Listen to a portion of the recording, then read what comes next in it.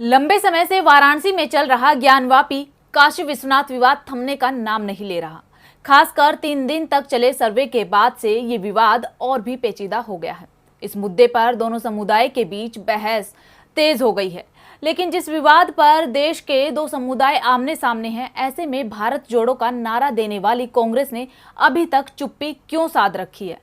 क्या हो सकती है इसके पीछे की वजह? आइए देखते हैं इस रिपोर्ट में। 13 मई से 15 मई तक उदयपुर में देश की सबसे पुरानी पार्टी कांग्रेस का चिंतन शिविर हुआ, जिसमें पार्टी ने मोदी सरकार को घेरने की रणनीति बनाई। खासकर पार्टी का पूरा फोकस 2024 में मोदी विरोधी माहौल बनाने पर रहा। वहीं इस चिंतन शिविर में पार्टी ने भारत जोड़ो का नारा भी दिया, क्योंकि पार्टी का मानना है कि मोदी सरकार नफरत की राजनीति कर रही है और देश को बांट रही है। लेकिन सवाल ये उठता है कि इन मुद्दों पर सरकार को घेरने वाली कांग्रेस ज्ञानवापी जैसे बड़े मुद्दे पर चुप्पी क्यों साधे हुई है, जहां दो समुदायों में बहस छिड़ी हुई है। हिंदू और मुस्लिम पक्ष की तरफ से अलग अलग दावे किए जा रहे हैं और देश को दो भागों में बंटता देख बीजेपी खुशियां मना रही है, अपना वोट बैंक बढ़ा रही है। ऐसे में कांग्रेस की तरफ से इस मुद्दे को क्यों नहीं उठाया जा रहा है? देश की सबसे पुरानी पार्टी खामोश क्यों बैठी है?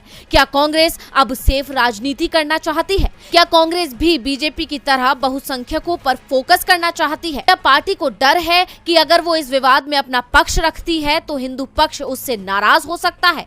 ये सब सवाल इसलिए उठ रहे हैं क्योंकि ये पहला मौका है जब किसी मुद्दे पर कांग्रेस की तरफ से खुलकर कोई बयान नहीं आया है।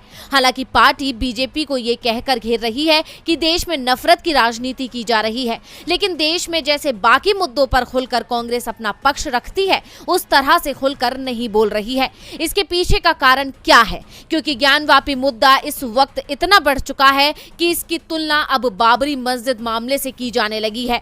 ऐसी स्थिति में पार्टी की खामोशी चुभ रही है, जबकि हर दूसरे मुद्दे पर कांग्रेस सरकार के खिलाफ मोर्चा खोलती नजर आती है, अब वो चाहे महंगाई हो या बेरोजगारी। बीते दिन ही कांग्रेस के पूर्व अध्यक्ष राहुल गांधी ने भारत की तुलना श्रीलंका से की थी। राहुल ने एक तस्वीर साझा की थी जिसमें साल 2017 में जो श्रीलंका के हालात थे, कमोवेश वही हालात भारत के 2021 में थे।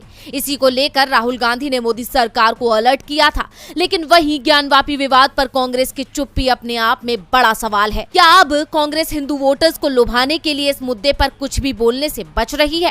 खैर, इन सवालों के जवाब दे पाना मुश्किल है, लेकिन इस मुद्दे पर कांग्रेस का बोलना बेहद जरूरी है, क्योंकि सिर्फ इशारों में बीजेपी की इस नीति की आलोचना करना काफी नहीं होगा। इसके लिए देश की सबसे पुरानी पार्टी को खुलकर आगे आकर मोर्चा संभालने की जरूरत है।